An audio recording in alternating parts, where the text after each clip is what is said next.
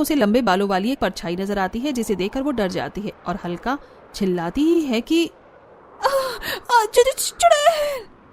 अरे शांत, चुप हो जा पायल, कोई चुड़ैल नहीं है, मैं हूँ सीमा। अच्छा, तुमने तो मुझे डरा ही दिया। तुम अब तक सोई नहीं? अरे यार कहाँ, एक तो इतनी ठंडी हवा चल रही है, बड़ी ठंड लग रही है, ऊपर से इतने मोटे मोटे मच्छर काट रहे हैं, पूछो ही मत। सच में यार, मेरा भी यही बुरा हाल है। एक तो मेरे ससुराल वाले इतना चिपक कर सोते हैं, मुझे जगह ही नहीं मिलती। ऊपर से इतनी ठंड में छत पर सोना पड़ रहा है जहाँ बिल्कुल भी नींद नहीं आती। सर्दी में तो इंसान को ज्यादा सोना चाहिए और हमें तो ढंग से रात को भी सोने को नहीं मिल रहा। सच में यार, कहाँ फंस गए हम। इस तरह दिन गुजर रहे थे और उन्हें जबरदस्ती छत पर सोना पड़ रहा था। कुछ दिन बाद गली के कोने पर सभी पड़ोसनी इकट्ठा होती हैं। सभी साथ मिलकर बाजार में सब्जी लेने जा रही थी। क्या हाल है तुम सबका? क्या ही हाल हो सकता है, बद से बदतर हो रहा है। पूरी पूरी रात नींद नहीं आती, बस करवट बदलते रह जाते हैं। इतनी ठंड में ऊपर से जुकाम भी हो गया है। सच में इतनी ठंड में ढंग से सोने को भी नहीं मिलता है। देखो तो जरा हमारी हालत को, जीते जागते ज़ॉम्बी लग रहे हैं। सच में मेरी तो कुछ ही दिनों में हालत खराब हो गई है। आप सब तो फिर भी बहुत पहले से यहाँ पर रह रहे हैं, इतना समय कैसे झेला? सच में बस झेलना पड़ रहा है, लेकिन अब मैं बहुत परेशान हो गई हूँ। बस बहुत हो गया। आज मैं अपने ससुराल वालों से इस बारे में बात जरूर करके रहूंगी। हाँ बिल्कुल सही, हमें एक बार अपने ससुराल वालों से इस बारे में बात कर लेनी चाहिए। हालांकि वो हर बार मना करते हैं, लेकिन हमारी हालत तो देखो, तबीयत भी कितनी खराब हो रही है, ऊपर से ठंडी हवा में सोने में। इस तरह गांव की सभी बहुएं अपने ससुराल वालों से बात करने की ठानती हैं। सभी जब सब्जी लेकर घर आती हैं पायल के घर। आज मैं छत पर नहीं सोऊंगी मम्मी जी, मेरा गला बहुत ज्यादा खराब है और तबीयत भी ठीक नहीं है। अरे कोई बात नहीं, छत पर सोने से सब ठीक हो जाएगा। लेकिन छत पर सोने से सब ठीक कैसे होगा? बिल्कुल होगा, जब तुम ठंडी और ताजी हवा में सोओगी तो सब ठीक हो ही जाएगा। बल्कि उसमें तो तबीयत और ज्यादा खराब हो जाएगी। मुझे छत पर नहीं सोना है, मैं नीचे यहाँ अपने कमरे में अकेले से सो जाऊंगी। ऐसे कैसे सो जाओगी? हमारे घर की परंपरा है, हर कोई ऊपर छत पर एक साथ ही सोता है। तुम ऐसे हमारी बात के खिलाफ नहीं जा सकती। चुपचाप जल्दी से शाम का खाना और काम खत्म करो और बिस्तर लेकर ऊपर चली जाओ। वहीं दूसरी तरफ नेहा के घर में, मुझे छत पर इसलिए नहीं सोना क्योंकि मुझे वहां नींद नहीं आती और अब सर्दी भी बढ़ गई है, बहुत ठंडी हवा चलती है। तो क्या हुआ, रजाई भी तो मोटी है और हम भी तो सोते हैं, हमें तो कोई ठंड नहीं लगती।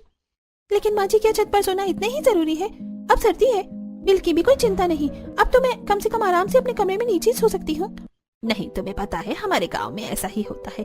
पूरा परिवार एक साथ मिलजुल कर रहता है और सभी काम एक साथ करता है। हम खाना भी एक साथ बैठकर खाते हैं और सोएंगे भी एक साथ ही। आगे से इस बारे में कोई बात ना हो। इस तरह हर किसी को वही बात सुनने को मिलती है। अरे भला सोने एक साथ क्यों जरूरी है? अलग अलग भी तो सो सकते हैं, लेकिन नहीं, इन्हें तो सोना भी एक साथ ही है। अगले दिन शाम को, आजकल छत पर सोने में कितना मजा आ रहा है ना, कितनी ठंडी मस्त हवा चलती है। सच में मजा आ जाता है, लेकिन कल मेरी बहू ऊपर छत पर सोने से मना कर रही थी।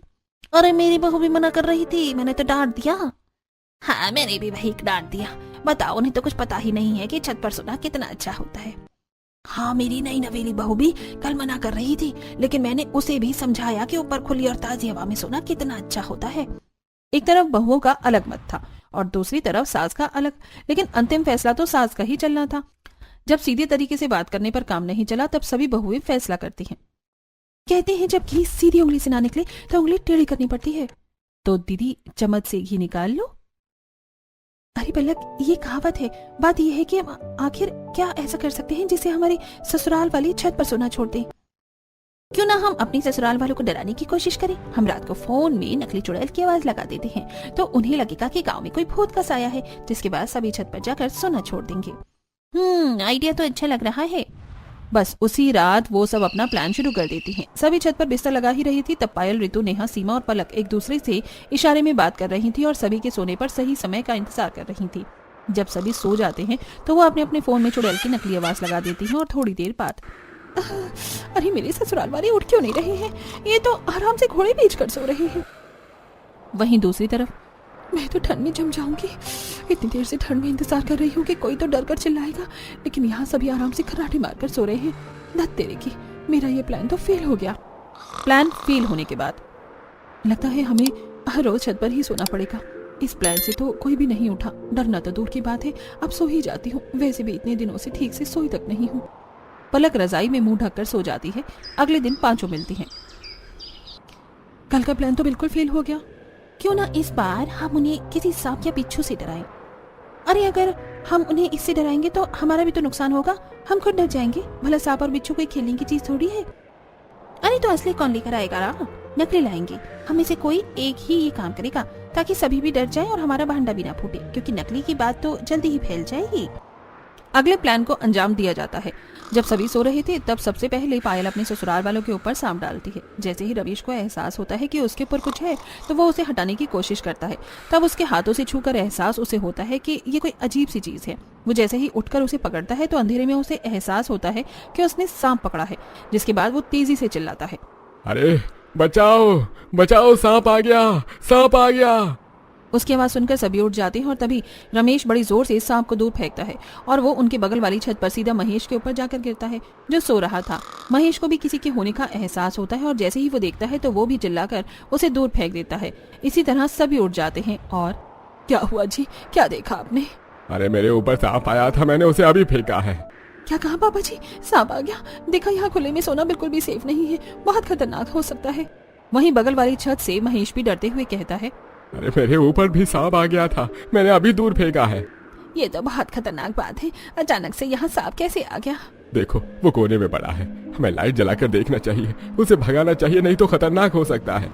वो सब लाइट जलाकर देखते हैं तो उन्हें पता चलता है कि वो तो नकली सांप था। इसके बाद उन सबको गुस्सा आ जाता है।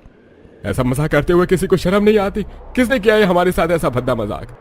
अरे सच में ये तो बहुत गलत बात है, किसी को ऐसा नहीं करना चाहिए। बताओ कितनी ज्यादा गलत बात है। अगर हमें पता चल गया ना ऐसा मजाक किसने किया है तो हम उसे छोड़ेंगे नहीं। सोते हुए भी कोई किसी को डराना अच्छी बात है क्या? उन पांचों को जब एहसास होता है कि उनका भांडा फूट गया है तब सभी नर्वस होती हुई कहती हैं, सच में आंटी जी आप बिल्कुल सही कह रही हैं, जिसने भी ऐसा मजाक किया है बहुत गलत किया है। हाँ बिल्कुल सही किया। भला ऐसे सब करना भी शोभा देता है क्या? वही तो बहुत गलत बात थी। ये तो शुक्र है कि असली सांप नहीं था, लेकिन अगर असली सांप छत पर आ जाता तो कितना गलत हो जाता। हम ऐसे बाहर खुले में नहीं सोना चाहिए, थोड़ा सावधानी रखनी चाहिए। हाँ चलो, शुक्र था कि यह असली सांप नहीं था और असली सांप आएगा भी नहीं। चिंता मत करो, हम इतने सालों से छत पर सो रहे हैं, आज तक ऐसा कुछ भी नहीं हुआ। बस किसी मूर्ख इंसान ने नकली सांप फेंक कर भद्दा मजाक किया है। यहाँ असली सांप वगैरह कुछ भी नहीं आने वाला, सब आराम से सो जाओ।